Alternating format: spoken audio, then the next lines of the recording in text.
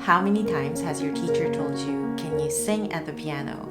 Or can you make this more singing? I certainly heard it many times throughout my school years, but I was too afraid to ask my teacher, well, what do you mean by that? I know that mere imagination, the desire, the will to sing at the piano does not carry you very far. So, what can you do to bring vocal quality to your sound and your overall playing? Singing at the piano is the topic of this video, so please keep watching if you're interested.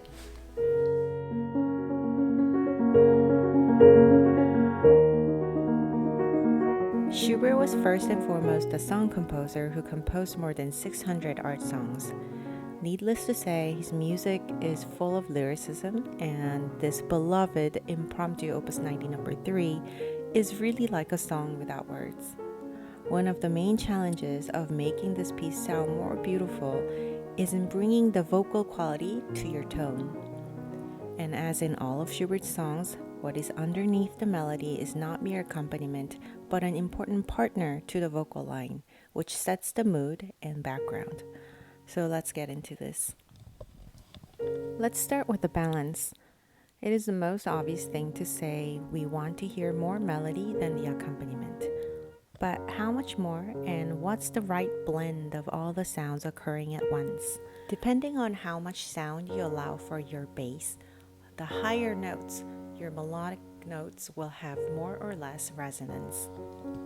Think of layers of sound rather than just the melody and the rest. As a beginner or intermediate student, you might have been trying very hard to separate the melody from the accompaniment, but that is not enough. Melody always depends on all the other voices that envelop the melody. Depending on what kind of harmony and accompaniment are under it, the same tune can sound agitated, peaceful, happy, or melancholy. It's the harmony and the accompaniment that puts it under a certain mood or atmosphere.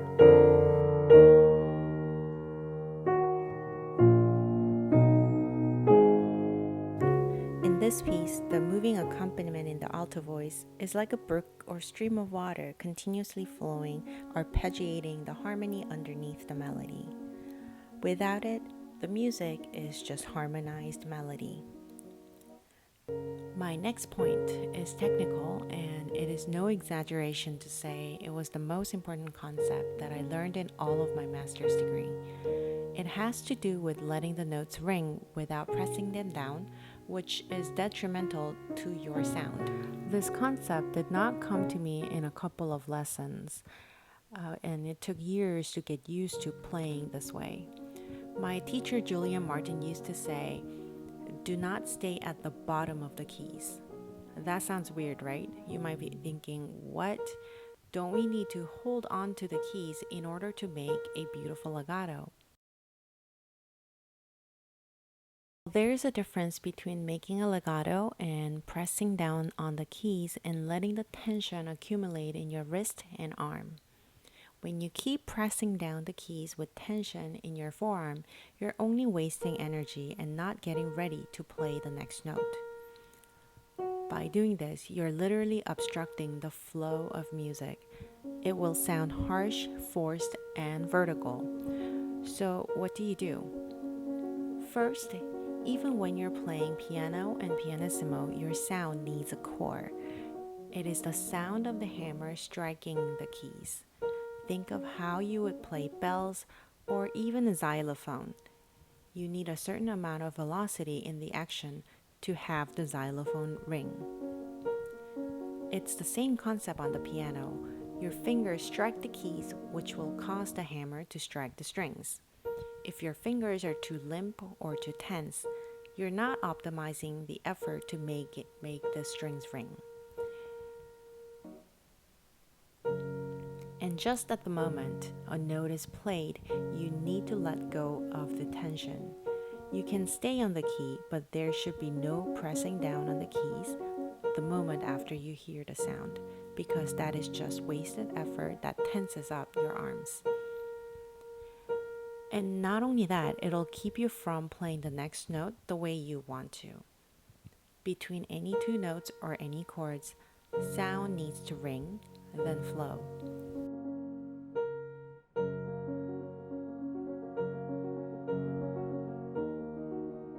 Let me show you more clearly. Here I am playing with a pen. Can you hear the difference between the two ways of playing? Here, I am not staying at the bottom of the keys and letting them ring. And here I am pressing down on the keys.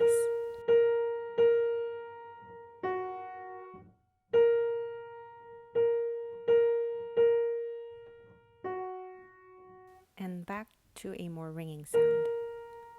Which do you prefer? A lot of students, when trying to make the melody louder or just trying to play loudly in general, have the action similar to this way. It looks tense, right? You're not releasing the tension when you play this way. See if you can tell the difference in the sound alone when you have your eyes closed. So I hope I made my first major point clear. We want a sound that rings, just like how a singer would want air in each note sung. To do that, your fingers need to be firm, but arms and wrists need to be free and relaxed. Once a note is played, let go of the bottom of the keys and do not press down further. Next, let's talk about the flow of the melodic line. A good way to understand how the music flows is by singing it. Because our instrument is a percussive instrument with most notes within our quick reach, notes can stick out very easily, sometimes without our knowing. We need to listen very carefully to all that is sounding. Your voice is the most natural instrument, and you'll learn a lot about how you want to phrase anything by singing it.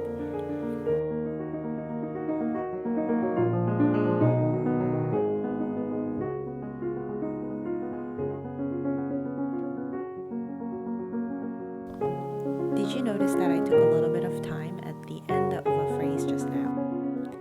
Let me play that for you one more time. It's not a huge gap, but just a smidgen of time to articulate the beginning and end of a phrase, which should only be natural for a singer.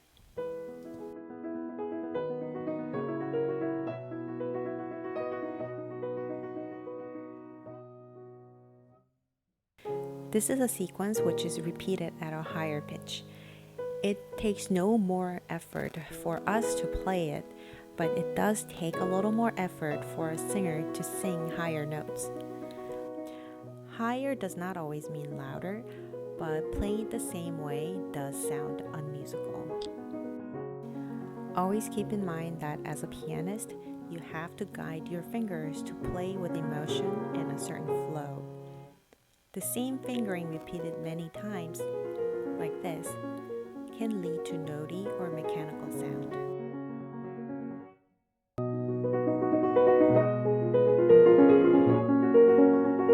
It is natural and only obvious when you sing it. Let the music flow. No two beats are equal, and not every melodic note needs to be stressed.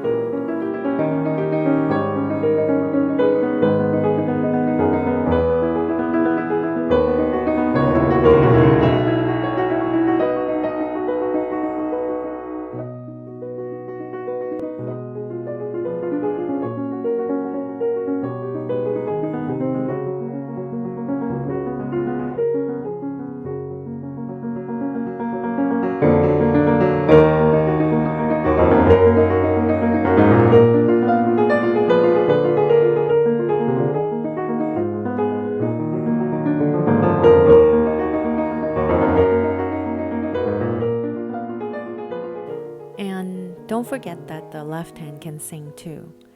Here the bass is moving with the soprano, and the leap up here is pretty expressive.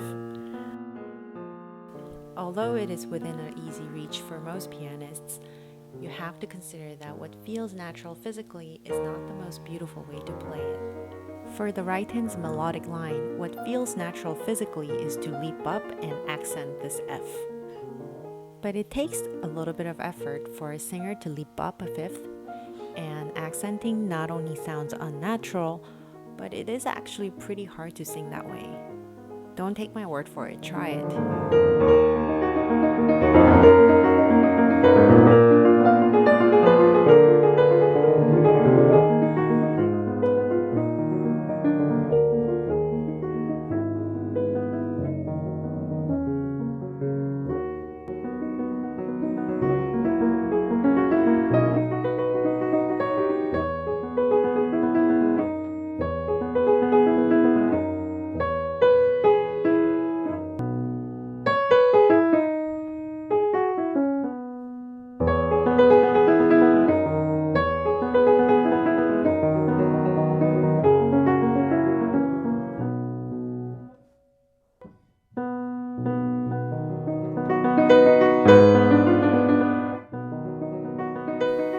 When you say accents and sforzandos in Schubert, especially in lyrical piece like this, they should be played expressively but not forcefully. These two-note figures are like sighing figures which are slurred with an accent on the first note. When you play accents, as a matter of fact, with just more emphasis, without any time at all, sounds like this. You hear the accents but not the emotional expression. Really hear how the accented note almost slides down to the next one, and it almost sounds like sighing. Again, guide your fingers to play with emotion. Accented notes are part of the melodic contour with a little more expressive emphasis.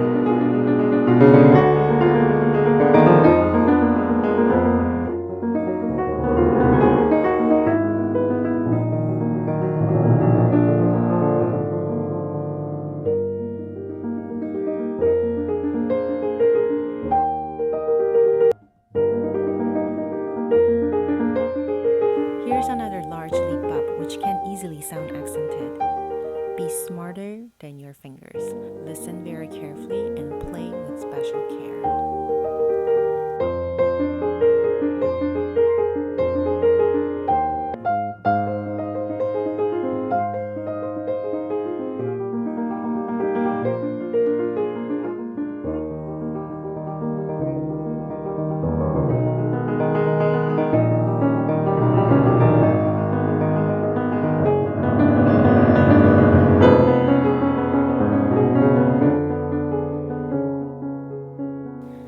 Here, the left hand's bass and harmony are far more important than the soprano. The same E flat changes its meaning every bar with a different harmony, so really listen and bring out the left hand.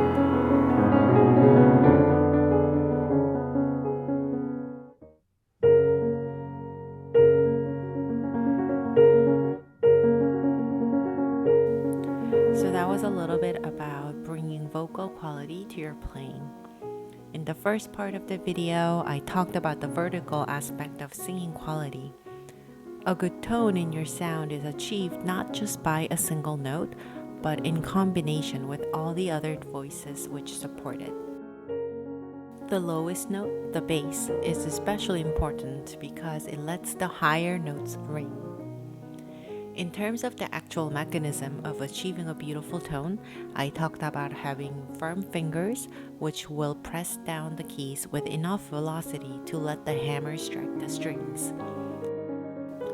But after the sound has been made, staying on the bottom of the keys will not allow the notes to ring, as I hopefully made clear by demonstrating with a pen. Relax your wrist and arm to release the sound and flow to the next note.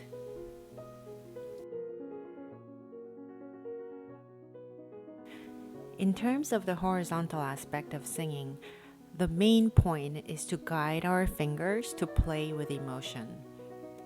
Fingers will do what feels physically natural, and that is not necessarily the most natural or musical sounding. If it is within one phrase, you should listen very carefully to any careless bumps and accents. Not every beat has equal weight, even though they may look the same on the page. When Schubert writes crescendo and the melodic contour goes up, there is more emotional content in the higher notes, and the small notes the triplets need to make adjustments in time and volume as well. So even the triplet figures that look the same on the page are not exactly the same length.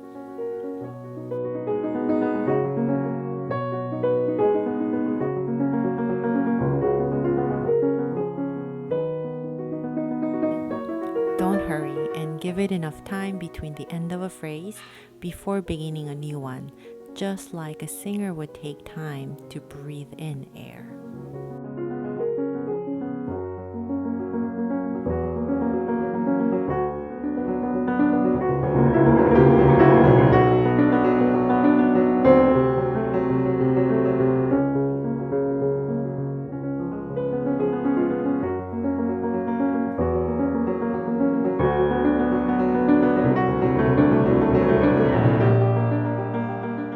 Today, I talked about important concepts relating to singing on the piano. I hope this was helpful for you.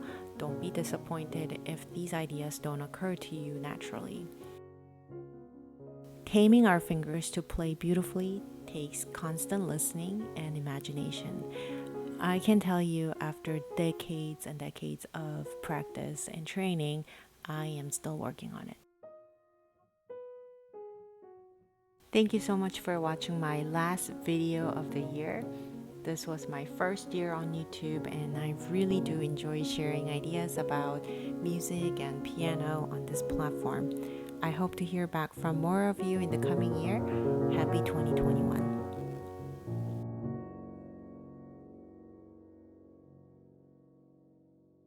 Thank you so much.